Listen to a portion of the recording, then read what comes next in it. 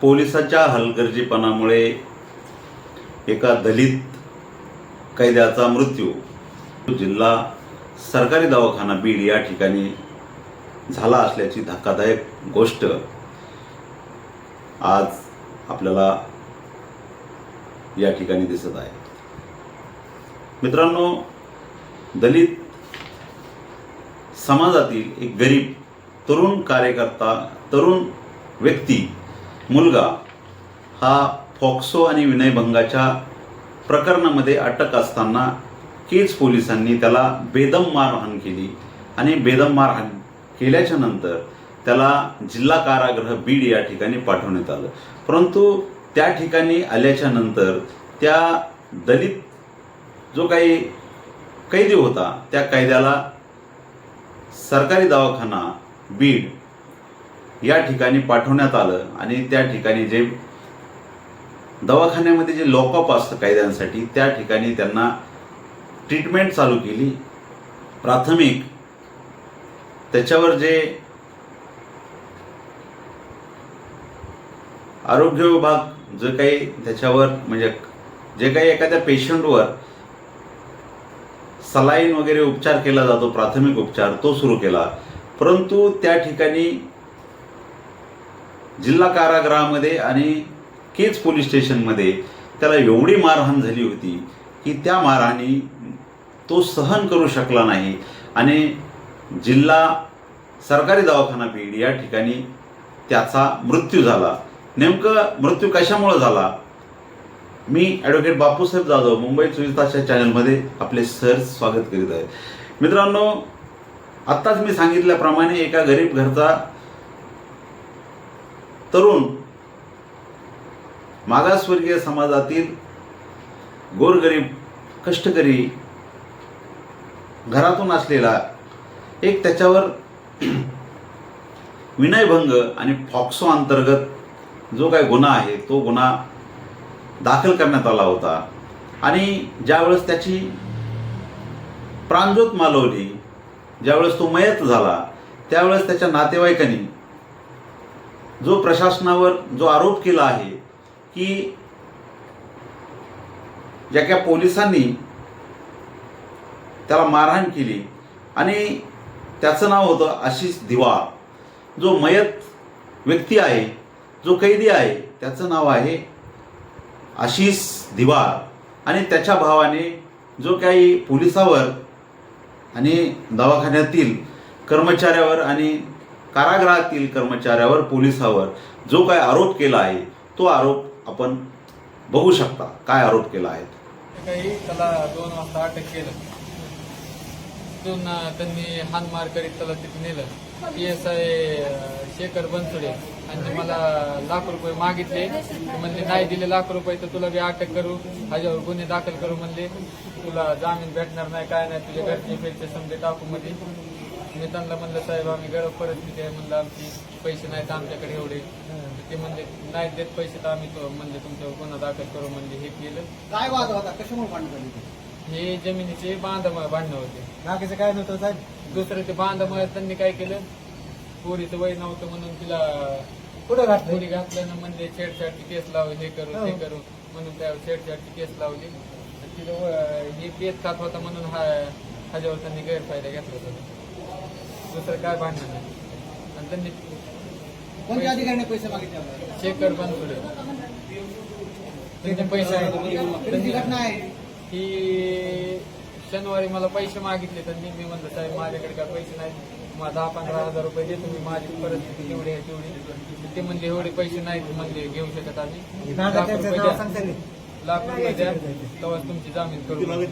लाख रुपये, हा 1 लाख रुपये द्या तेव्हा जामीन 1 लाख रुपये मागितले तेव्हा जामीन करू। त्यांना म्हणलं 10-15 हजार रुपये देतो मी, तर म्हणले नाही। तर ते आमच्या घरच्यांची नावं घेतली त्यांनी, म्हणले तुमच्यावर बी कंप्लेंट करू, नाही तुम्ही पैसे दिले तर तुमच्या घरची बी अटक करू, हे करू ते करू। म्हणलं साहेब म्हणलं काय करायचं ते करा तुम्हाला, म्हणलं आमची परिस्थितीच नाही, म्हणलं कुठून देणार, आमची अशी परिस्थिती आहे।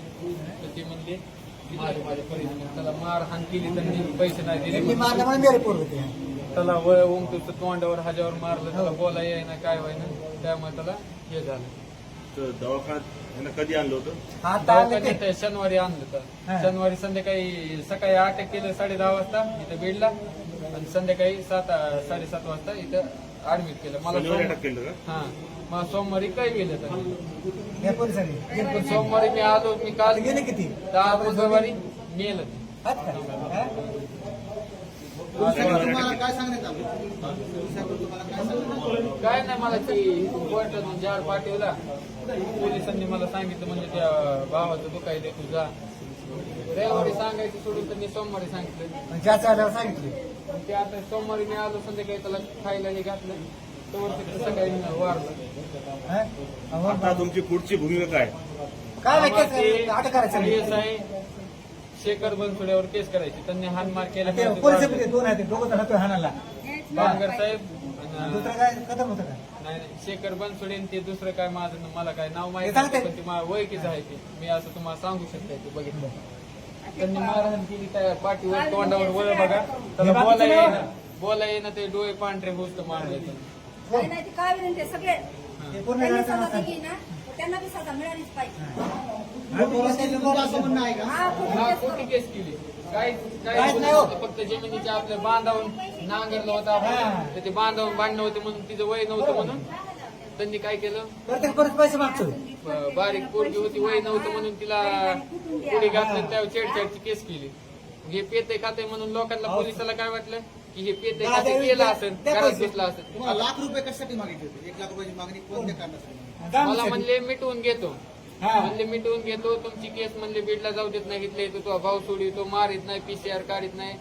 रिमांड काढित नाही म्हणले त्यासाठी तू लाख रुपये दे मी म्हणलं माझी साहेब इतकी परिस्थिती नाही म्हणलं 10-15 हजार रुपये देऊ शकते म्हणलं ह्याच्या पलीकडे मी पैसे देऊ शकते तर म्हणले नाही लाख रुपये दिले तर तुझ्याकडे प्रूफ आहेत माझ्याकडे त्या मुलीचे प्रूफ आहेत मला चॅटिंग फिटिंग केलं तर म्हणले तू ब्लॅकमेल करायलाच म्हणून तुझ्यावर कंप्लेंट करू शकते का आहे का हे ना काय नाही लाख रुपये दिले तर तू नाही बोंग करून गावात हो, निंडविलं म्हणलं माझं मी नाव बनसोडे नाही असं त्यांनी सांगितलं मागणी काय असेल आपल्याला त्यांच्यावर कारवाई करायची आरोपी पूर्ण अटक झाली पाहिजे त्यांच्यावर कारवाई करायची आणि ते पंडित ते काय परवीन शहाजी पंडित हा. यांच्यावर बी कारवाई करायची आपल्याला अरे बाई त्याच्या बायकोचं नाव काय ते सगळ्याचं नाव सगळ्या सांगा तिघं चौघांना उचलले पाहिजे समजे त्यांनी पैसे म्हणून आमच्या भावाला मारहाण हा. केली, त्यांनी पैसे दिले नाहीत म्हणून आम्ही पहिले 50,000 रुपये तिने घेतले तर आमच्याकडे 50,000 पैसे हो. नव्हते पैसे त्यांना म्हणलं 10-15 हजार रुपये देऊ शकतात आम्ही म्हणलं आमची परिस्थिती निसरून अरे आम्ही म्हणजे आज- 15 हजार रुपयात काहीच होऊ शकत नाही तर म्हणजे त्याने 50,000 उचल घेतली होती तुमच्यावर त्या पोराने केस आपल्या काय मेलला. करायची? सांगतात ना मग. मी म्हणलं त्यांना वैतागून वैतागून त्यांच्या पाया पडलो मी साहेब माझा एक साक्षीदार आहे त्याच्या त्यांच्या मागे पाया घेतलं पडलो नाही, मी त्या पोरीच्या थांबा.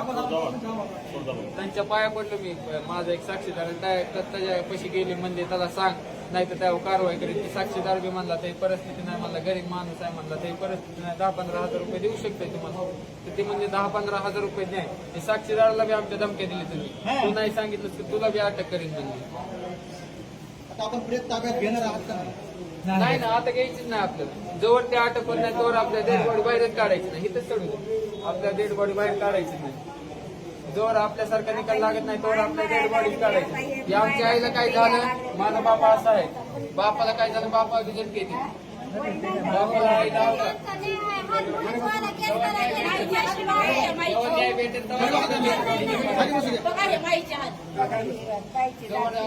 जोवर आपल्याला न्याय भेटेल ना तेव्हा डेड बॉडी काढायची आपल्या बाहेर काढायची नाही आमची आई वडील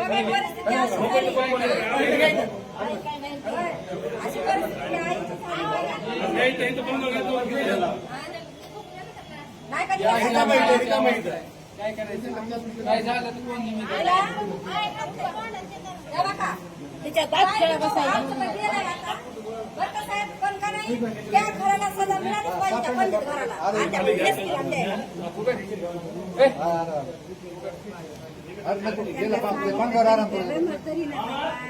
काय दमधरी काय दमधरी मम्मी हे लेकराकडे बघा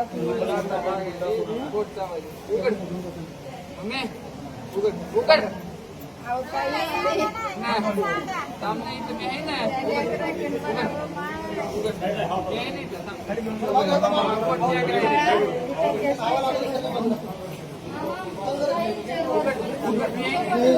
त्यांना काय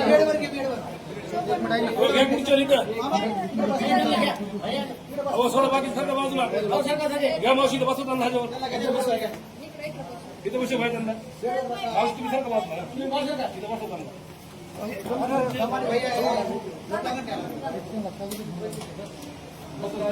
सुद्धा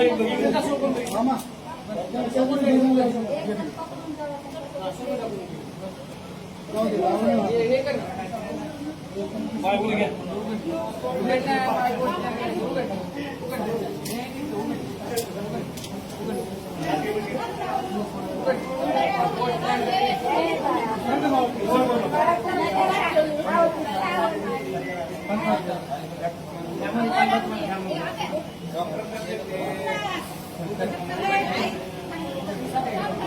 हो सांगा मग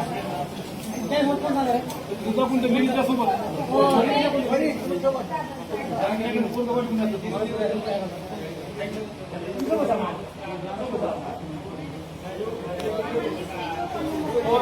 खाली जागी चौपन नंबर घेऊन